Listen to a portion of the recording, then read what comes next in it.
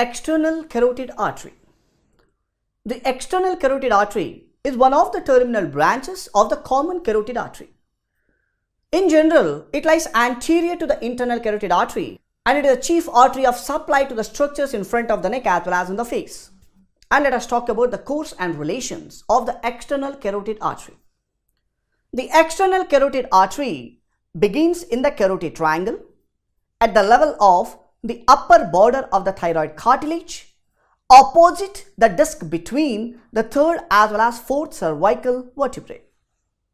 It runs upwards and slightly backwards and laterally and terminates behind the mandible by dividing into maxillary and superficial temporal arteries. So here the external carotid artery has a slightly curved course, so that it is anteromedial to that of the internal carotid artery in its lower part and anterolateral to the internal carotid artery in the upper part. And what are the branches? The external carotid artery gives off totally 8 branches, which may be grouped as anterior, posterior, medial and terminal. Now let us talk about these branches. From anterior, superior thyroid, lingual and the facial arteries. And from the posterior, occipital and posterior auricular arteries. And from the medial aspect of the external carotid artery, the only branch which arises is ascending pharyngeal artery. And the terminal branches are maxillary as well as superficial temporal artery. So these are the branches which are arising from external carotid artery. Let us talk about detail about these branches. First one is superior thyroid artery.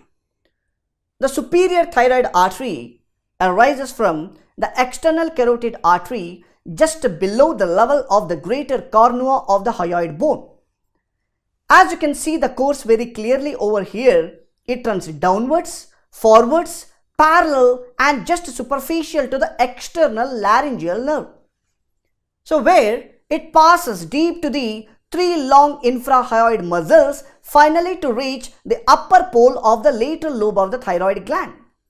And here it is in relationship to the external laryngeal nerve which supplies the cricothyroid muscle, and it is important to the surgeon during thyroid surgery, where the artery and the nerve are close to each other but diverge slightly near the gland. So especially to avoid injury to the nerve, the superior thyroid artery is ligated as near to the gland as possible. So apart from its terminal branches to the thyroid gland, it gives off one of the very important branch, which is a superior laryngeal artery which pierces the thyrohyoid membrane in company with the internal laryngeal nerve. And this is what is about the superior thyroid artery. Now let us talk about next branch of the external carotid artery called as lingual artery. The lingual artery arises from the external carotid artery opposite the tip of the greater cornua of the hyoid bone, and it is tortuous in its course. It is divided into 3 parts by hyoglossus muscle. The first part lies in the carotid triangle, where it forms a characteristic upward loop which is crossed by the hypoglossal nerve. And the lingual loop permits free movements of the hyoid bone. Next is the second part. The second part lies deep to the hyoglossus along the upper border of the hyoid bone, and it is superficial to the middle constrictor of the pharynx. Next is the terminal part or the third part. So the third part is called as arteria profunda linguae or the deep lingual artery. This third part of the lingual artery runs upwards along the anterior border of the hyoglossus and then horizontally forwards on the under surface of the tongue as the fourth part. So the horizontal part of the artery is accompanied by the lingual nerve.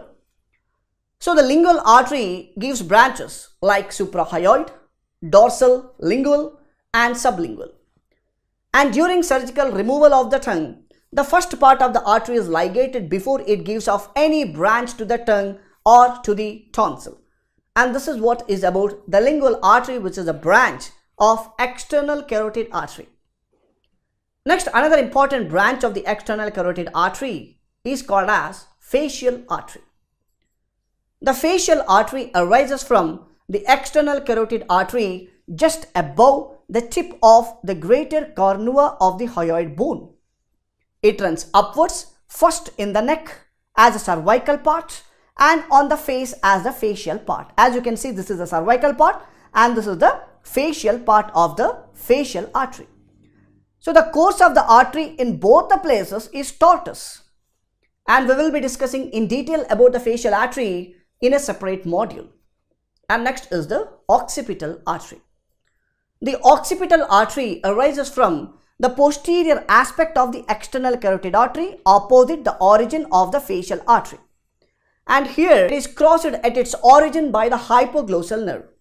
And in the carotid triangle, the artery gives two sternocleidomastoid branches, where the upper branch is the one which accompanies the accessory nerve and the lower branch arises near the origin of the occipital artery.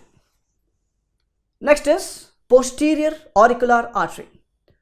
The posterior auricular artery arises from the posterior aspect of the external carotid artery above the posterior belly of the digastric muscle. It runs upwards and backwards, deep to the parotid gland, but superficial to the styloid process of the temporal bone. It crosses the base of the mastoid process and ascends behind the auricle. It supplies the back of the auricle as well as the skin over the mastoid process and back of the scalp. So the branch called as stylomastoid branch is the one which enters the stylomastoid foramen and supplies the middle ear, mastoid antrum as well as air cells, and the semicircular canals and the facial nerve which is present in the middle ear. Next is the ascending pharyngeal artery. Ascending pharyngeal artery is a small branch that arises from the medial side of the external carotid artery. It arises very close to the lower end of the external carotid artery. It sends meningeal branches to the cranial cavity through the foramen lacerum and the jugular foramen and hypoglossal canal. Next is the maxillary artery. The maxillary artery is considered to be the largest terminal branch of the external carotid artery. It begins behind the neck of the mandible. It runs forwards deep to the neck of the mandible below the auriculotemporal nerve and enters into the infratemporal fossa, and we will be discussing in detail about this maxillary artery as a separate module. And now let us talk about the superficial temporal artery. The superficial temporal artery is a smaller terminal branch of the external carotid artery. It begins behind the neck of the mandible and runs vertically upwards, crossing the root of the zygoma and the preauricular point where its pulsations can be easily felt. And approximately 5 centimeters above the zygoma, it divides into anterior and posterior branches which supply the temple as well as the scalp. So here, the anterior branch anastomoses with the supraorbital supratrochlear branch of the ophthalmic artery. And in addition to the branches, they supply the temple, scalp, parotid gland, auricle and the facial muscles. And next one is the superficial temporal artery, which gives off a transverse facial artery and the middle temporal artery which runs into the temporal fossa deep to the temporalis muscle. And by this we completed all the branches of the external carotid artery.